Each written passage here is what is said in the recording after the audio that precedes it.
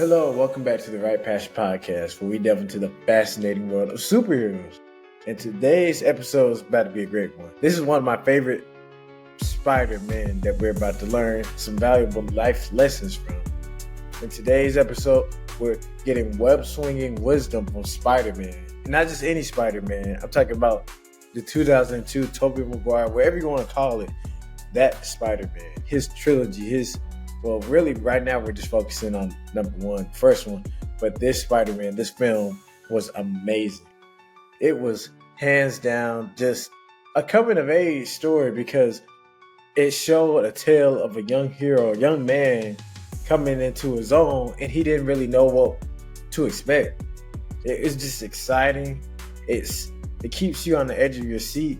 And then the story and world building, relationship building, it's all there. It's just a very interesting take on Spider-Man and very, very down to earth and relatable, because I think that's why Stan Lee created Spider-Man. That's what he wanted from Spider-Man. He wanted Spider-Man to be relatable. He wanted people to feel as though they could relate to him in certain aspects of their lives, because Spider-Man, or Peter Parker, he didn't always have things go his way, but that didn't stop him from being an amazing superhero. And this film, in particular, Sam Raimi's take on Spider-Man, it's just an amazing take. No offense to the other Spider-Man, but his is so real, and it's just rooted in, I guess you say, humanity. It just is, you can relate to it in a nutshell. But there are many things that we can take from Spider-Man and Peter Parker, from his character to his resilience to just his choices. So sit back, relax, and take notes. First thing is the power of choice. Peter Parker, at first, he's told many things by many different people as he's growing up, because he's in high school. He's just fresh off of, I guess you said, science field trip, and he gets bitten by a spider. But before then, people would come to him telling him certain things to help him in his life. But after that spider bite, his Uncle Ben sat him down. He actually drove him to the place that he wanted to earn some money. And he told him this famous line: with great power comes great responsibility. And he didn't hear it at first. Matter of fact, he chose not to listen to it. He told his uncle to stop chastising him as if he was his father. So it didn't ring until later on, after he lost his uncle. But when he heard those words and he really resonated with those words, he saw that he had the power of choice. You choose to either use your gift for good or just use it recklessly. That's what with great power comes great responsibility is. It's a choice. It's a choice. You choose to basically use your gift in a responsible way. And Peter decided to do that because when he didn't do that, he was faced with a tragedy. The tragedy was that he lost his Uncle Ben, because when he was fighting, he was the wrestler. He was Spider-Man. They announced him as Spider-Man. But as he was fighting, he got shortchanged. He didn't get what he was supposed to get after his fight. So he had the choice to stop basically this criminal. He didn't choose to stop the criminal, and the criminal got away. He actually went and took Uncle Ben's life. And that hit hard for Peter, because he realized, wow, I had a choice to stop this man, but I just let him go. I let him go because of my own selfish desires. I felt as though I was shortchanged. I got pennies on the dollar. And he had to live with it. But he saw that with this newfound power, these newfound powers, came a responsibility. It came a great responsibility, because he had to focus and know that he is a hero. He's a hero in a nutshell, and that he must make good decisions. Not the best, but he has to make good decisions that won't hurt other people. And at the end of the day, he has to know as I said, with great power comes great responsibility. So at first he had all this ambition and excitement, but he had to realize that this was nothing to play with. Like, he had to see that his power can either uplift others or at the bare minimum not create no harm to others, or just avoid hurting people, because he is able to do some life altering things. He can crawl a wall, shoot webs from his wrist. He has an incredible agility, spider senses, as you've seen when he was fighting against his bully, and he was able to just see everything. He saw a fly just buzzing around the school. His newfound powers just changed his whole reality and perspective on life. So he was a new person, but he had to know that it came with a great responsibility. And that's the same for us. When we're growing and learning in our new environments or just new careers, sometimes you may get cocky, and it's not bad. You can get confident, but don't get cocky to the point where you're putting down others or you're just belittling people, because you may be so smart that you can catch on to things faster than other people can. Or better yet, you're just able to plan out a little bit better than others can. And that's not bad or anything. Just be responsible in the way that you're doing these things. Help others. Don't just leave them in the dark and gatekeep things. You can give them certain ideas or gems that will help them get further in their life, rather than you just keeping it to yourself. Because at the end of the day, we're all trying to help each other. We're social creatures. So when you help other people, you feel good. But if you don't, you choose just to do whatever you want. And I'm not saying that's bad, but you're just missing out on multiple opportunities to help people and just grow yourself, grow your confidence, grow your happiness. And if you got a business, grow your brand. But most people aren't aware that they have this choice, that they have this ability to choose how they're going to act or interact with others. So think about that. Really focus on the fact that you have a choice each and every day, and how you can help people, or at least avoid causing harm to others. Because if you do both of those things, you're good. You're golden. Number 2, embracing resilience in the face of adversity. Spider-Man faced this Spider-Man faced numerous things. There's so many setbacks and adversity. It was like it was just raining on him. I know Spider-Man 2 it was, but yeah, we'll get into that in the next episode. But his journey wasn't easy. It was actually it was pretty hard. He had to go through some trials, losing Uncle Ben, trying to navigate this world with these newfound powers. And as I said, he first had this ambition and excitement until he started seeing that other foes were coming up, like the Green Goblin. And the Green Goblin kind of came out of nowhere. And when I say he set it off, he let everything out. He was throwing pumpkin bombs everywhere. He was just taking people out. He came for Peter's loved ones. He did not care. He was not worried about it. Like Peter, I'm not saying he was 100% structured, but he had a sense of morality to himself, and he knew what was right and what was wrong. But the Green Goblin came and everything was blurred. He said, I've been wrong, so I'm going to wrong other people too. And despite Peter's lows and him trying to figure out his new persona of Spider-Man, he didn't let that stop him. He kept going. Yes, he made mistakes. Yes, he did wrong by letting that criminal go, but he didn't let it stop him. He let it fuel him. And we need to use that same mindset, because there's situations and circumstances that are going to happen where you are going to get knocked down. You're going to get knocked down, and you might feel so low that you feel like as though you can't even get back up. But that's not bad. That's okay. Actually, that's great, because I know that. Why is that great? But because that's you learning and growing. You have to grow into the role that you're going to be in this world. That's what Spider-Man had to do. He couldn't just expect everything to go great and be peaches and roses. He had to grow into that role. He had to grow into being a superhero. You have to do the same thing, whether it is you're a business owner, you're and a teacher. You're in your career. I can't really think of all the careers right now, but you're you're doing whatever you're doing, and you have to grow into that role because it it requires it.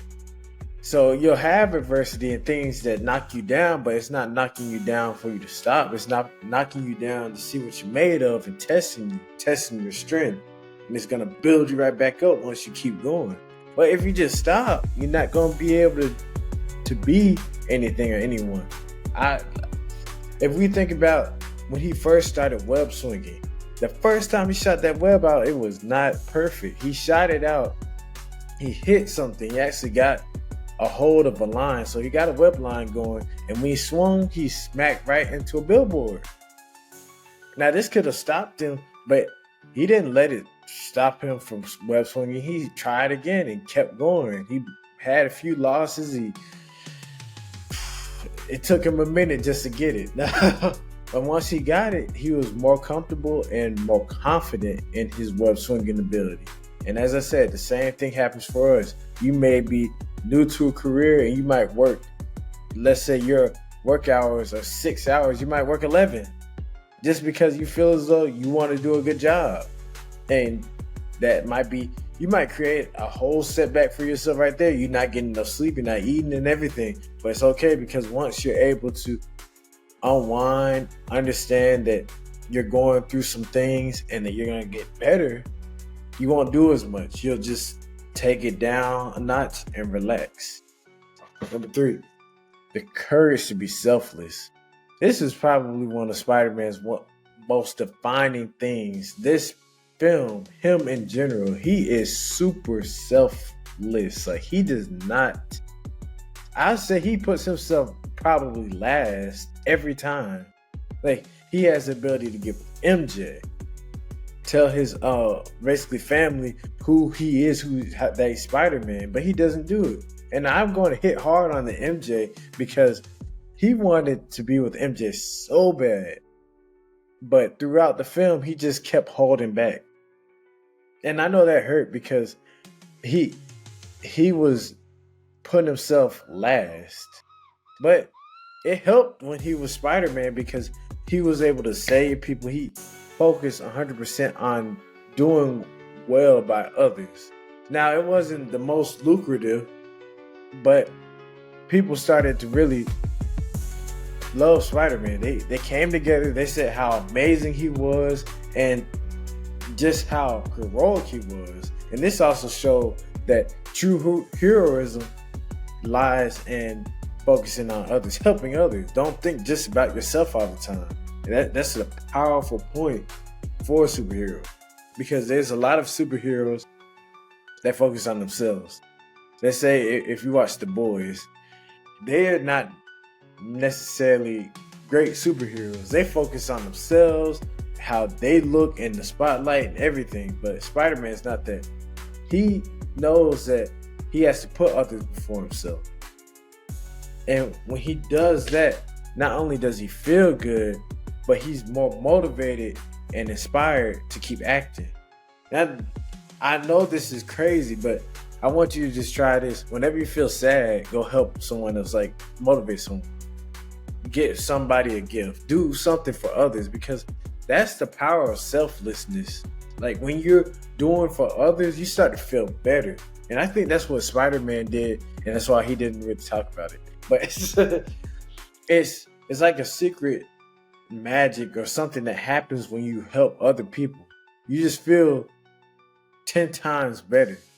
And I argue that's probably why Spider-Man did it so much. He started to get addicted to helping others because it made him feel good. Like I said, it might be cliche, but if you're feeling like you're not motivated, go motivate somebody. If you feel like you want to get happier, be more happy, just go make someone else happy. You want to feel more grateful, just go give somebody something. Do something for other people. And watch, once you start doing things for others, you start to feel 10 times that emotion you're feeling, or not feeling, you're seeking, you'll feel it. It'll come back tenfold, I promise you. It should be studied because it just happens. Like, for instance, if you go out and buy someone candy bar, whatever it is, something inexpensive. You give it to them and they're very grateful for it, you'll feel amazing. Lastly, staying true to your principles. Staying true to your principles is something that Spider-Man holds high on his list. This Spider-Man is super focused on being true to himself. And I know it was hard for him at first because he didn't know who he was at one point anymore, because once he got bit by that spider, he started changing. He wasn't able to wear his same glasses. He was able to crawl on walls. All these different things started happening for him. He could shoot webs from his wrist. He didn't need no web shooters. So staying true to himself, it took time to figure out who he was. But it wasn't easy, because as he became comfortable in his new persona as Spider-Man, he was tested. He was tested several times, notably when the Green Goblin had gassed him and brought him back to, not no secret lair, but he just had him on top of the rooftop. When he had him on top of that rooftop, the Green Goblin was just trying to get on his level. He tried to just tell him how they weren't too different. They actually weren't. It's just the way that they use their abilities is totally different. One guy's using his abilities for good, and the other guy's using it for himself and basically for evil. He's causing harm to others. But he tried to level with Spider-Man and tell him how they could both take over the world. But Peter, he was so true to himself and knew basically with great power comes great responsibility that he didn't falter despite what promises the Green Goblin offered. Because all those promises he offered, I bet you he would have made good on them. Like, they would have destroyed New York and took over the world, but at what cost? What are you achieving? What are you achieving if you're hurting others? And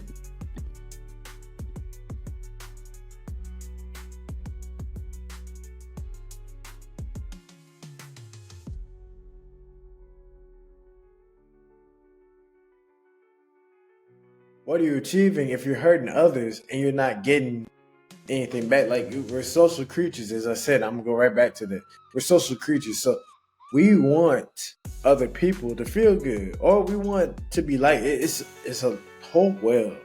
But it just showed how confident Peter was in his principles and morals. You got to develop your own, or you may have your own too, and don't let others stop you from being true to yourself. As I said, it doesn't matter. We're going back to the Green Goblin because we had some technical difficulties, but he was really focused on leveling with Spider-Man and getting him to understand that they take over the world by storm. And Peter wasn't having it. He didn't jive with that, because that's not his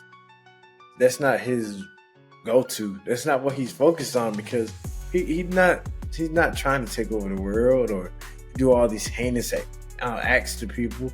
Because the Green Goblin, his principles, they were skewed.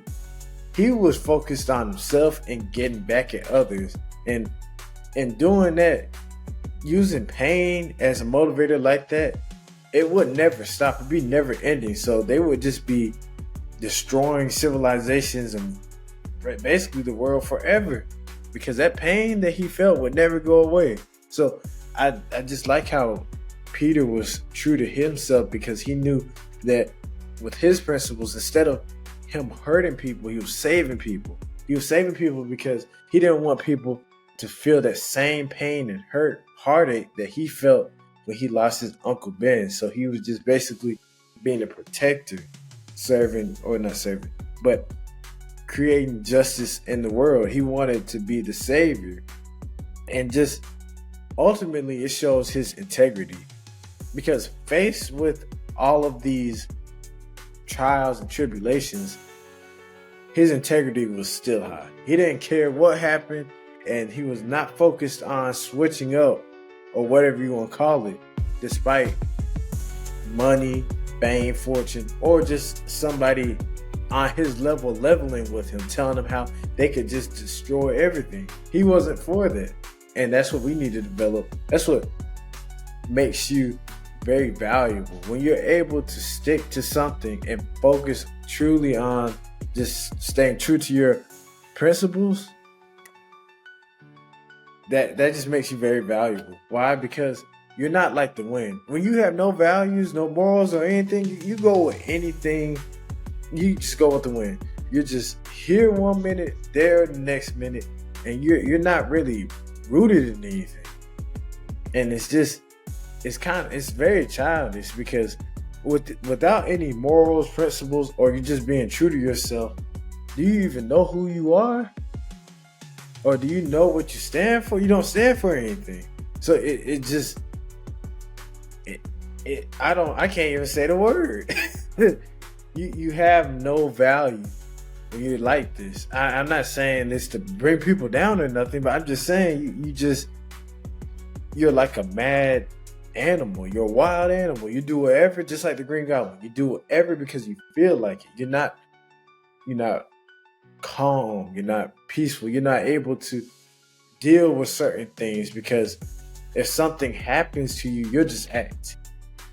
And you won't even know how you act. You might react in a negative way, in a positive way. That's why you got to create your principles, learn them, figure them out, and just stay true to them. So regardless of what happens outside of you in this world, you'll be at peace. You'll stay level-headed. You want to be level-headed, because when you're level-headed, you can stay at peace no matter what's going on.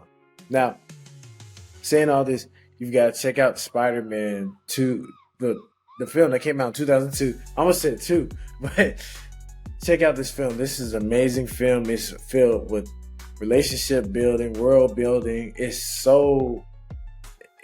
can't even say the word, but it's such an amazing film, and a coming of age story for Spider-Man, Peter Parker, just coming into himself. And it's actually great because a lot of people, as I said, can relate to the story and the hero. So go watch the movie, figure out some things that you can learn, some more gems you can take from it.